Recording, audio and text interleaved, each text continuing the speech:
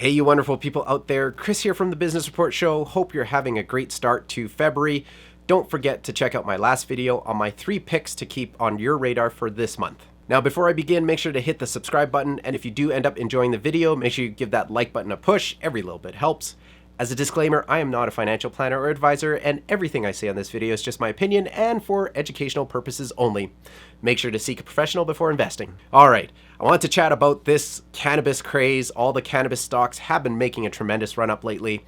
Sundial Growers stock has jumped from a 52-week low of 14 cents to now $3.04, making new highs, pardon the pun, every day. I personally hold Fire and Flower Corp, a Canadian retail cannabis brand that's grown their footprint extensively over the last year. I bought that stock at 52 cents last year. I sold it close to $1. I rebought back at 80 cents, and it has now jumped to $1.32 over the course of this week. Of course, with cannabis stocks soaring, so have the cannabis ETFs. We've seen ETFs like AdvisorShares Pure Cannabis ETF hit a 52-week high today of $31.87, jumping from their low of $10 back in November. So what is driving this cannabis craze? Well, there are a few reasons why. First off, the sentiment for legalization of cannabis in the United States has been positive since the new administration in Washington was voted in, and the Democrats now control both the Senate and the Congress. Throughout the election campaign, the Democrats have promised to push for decriminalization of marijuana at the federal level. Investors have been very hopeful ever since that, with the outlook that such measures would stand a better chance of moving forward now that the Democrats are in control. The potential growth stemming from the opening of the US market is huge compared to the Canadian market, and although decriminalization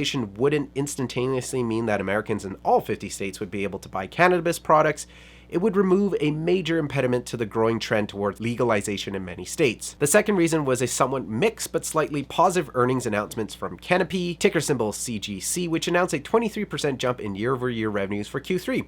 Slightly negative on the announcement was their $829 million loss. Lastly, if you look at the major cannabis stocks, many of them are sitting on 15% or less in institutional ownership.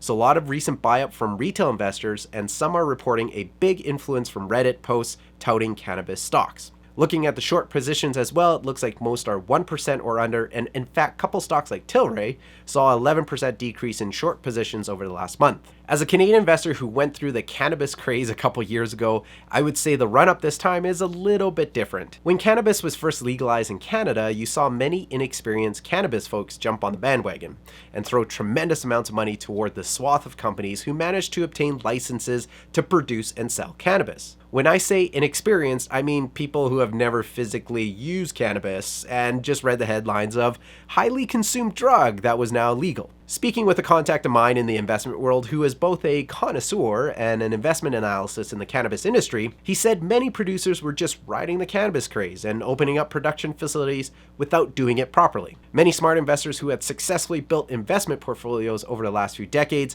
entered the marketplace without first knowing the technical dynamics of the marketplace and tried to take the I know business, therefore I know weed mentality. The downfall to their investment strategy was clearly evidenced by the mass layoffs and closures of production facilities early last year, and some cannabis companies are still reeling from their early mistakes. Aurora Cannabis last quarter missed earnings by 167%.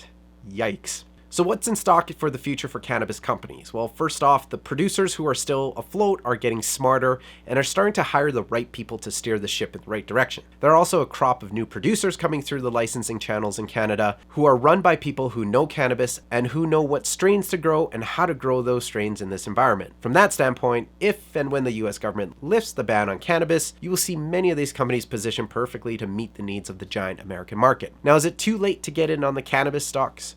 For those who have watched my other videos, you know I'm a long-term investor, and I've also put together an investment portfolio that has asset allocation and diversification. A link should pop up right around here, and I recommend you go watch this video as it is the foundation of how I approach investing. So for Fire and Flower, for example, it's part of my small cap high growth stock portion of my portfolio. Now, the small cap high growth portion of my portfolio only represents about 5 to 10% of my entire investment portfolio. I know many of these companies will struggle, so I'm not risking too much of my portfolio on these high flyers, but if I do catch one, I'll make some nice gains. The other reason why I chose Fire and Flower is because the main focus is on the retail side of the business, and during the first few years of cannabis legalization in Canada, the retail stores have done really well in comparison to the producers. Third quarter results from Fire and Flower showed a 147% year-over-year jump in revenue. Although they continue to experience losses, most of it is due to ongoing acquisitions and growth of their current stores. I'm holding Fire and Flower for the long term because I don't see retail cannabis outlets going anywhere anytime soon. If anything, they will continue to grow, especially with their partnership with Circle K stores. They will get to a point where operational stability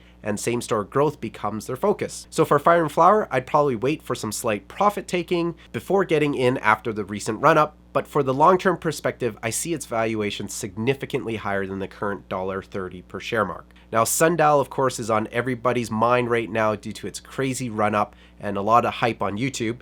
Personally, I would look at Sundial as riding that hype and the current bandwagon. So you have to play it tight, meaning locking in on your profits and setting in trailing stop losses at around the 12 to 15% range. The company has been aggressively paying down debt and increasing their cash on hand, which is a good thing. But they're doing this by issuing stock, and a lot of stock, and they're actually on top of that converting their debt to equity. Because of this, investors will continue to be diluted, and it looks like this will be normal course issuance for the foreseeable future as their revenues continue to drop quarter after quarter, meaning they're not able to generate enough cash or revenue to cover current debt and will need to have other large one-time write-downs. On a positive note, however, they are leaving the wholesale business and switching their focus on retail, much like Fire and Flower, and that will probably improve the revenue numbers, but will take some time, and it may be a while before you'll see that actually reflected in the income statement. So for Sundial, you are playing on the pump right now. Just don't get greedy. As they say, pigs get fat and hogs get slaughtered.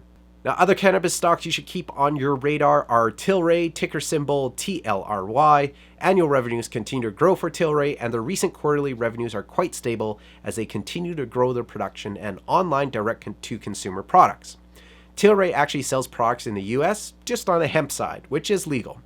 There are tremendous upsides in cannabis if cannabis is legalized in US, and Tilray is #1 revenue-generating cannabis in the world. Another stocks to keep on your radar is WebMD, ticker symbol WMD on the Toronto Venture Exchange. WebMD's share price has gone up threefold since November and is obviously riding the cannabis high in the recent week due to its low share entry point, currently under $1 Canadian. WeedMD is a licensed producer in Canada and has a few large facilities in Canada to produce cannabis for both the medical industry and adult use retail market. WebMD is a well-run company, and since 2017 has continued to grow its revenues. Comparing 2017 to 2020, revenues has actually grown 1,800%. Look for some profit taking by investors who have been in since the 30 cents range, and don't be surprised to see 15 to 20% dips in share price after the big run-ups and before the stock stabilizes. Like other producers, debt levels are high, so the key for WebMD is continuing its positive revenue growth to ensure there's enough cash for debt payments and production growth. Don't forget, there's also numerous ETFs out there in case you're really not sure which one of these stocks you should pick. The ETFs have underperformed in the last 3 years, but of course, over the last couple months, they've shot up just like the individual stocks. Well, that's it. That's my take on the current cannabis investment craze. As mentioned before, I'm not a financial planner or investment advisor, so make sure you consult a professional before investing. Don't forget to hit that subscribe button if you haven't done so already, and make sure to hit the like button. Every little bit helps. And I also want to hear from you in the comment section about your thoughts on investing in cannabis and perhaps which ones you've already picked up or which ones you're looking at on your radar. So with that, thank you for watching the Business Report Show, and remember, always be learning, always be investing. I'll catch you in the next video.